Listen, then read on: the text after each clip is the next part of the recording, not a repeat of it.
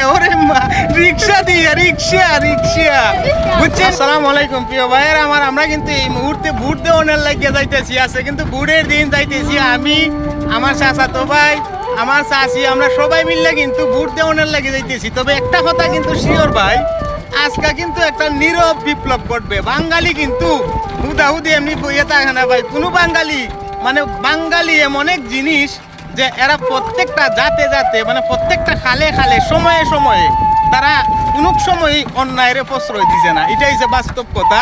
যে কারণে আজকে কিন্তু প্রত্যেকটা বাঙালি তারা তাদের আবেগ প্রকাশ করবে। তারা কিন্তু 17 বছর পর্যন্ত এই দেশে তাদের ভোট প্রতিষ্ঠা করতে পারে নাই, তারা নির্বাচন করতে পারে নাই, এমনকি তারা তাদের যে সঠিক মত বিনিময় ওইটা কিন্তু তারা প্রকাশ করতে পারে নাই। বাট এইবার কিন্তু একটা নীরব বিপ্লব ঘটাবে।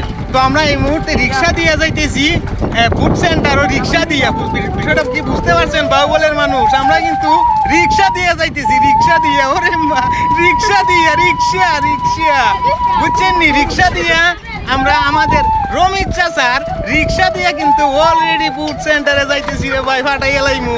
ধন্যবাদ সবাইকে, ধন্যবাদ, আসসালামু আলাইকুম।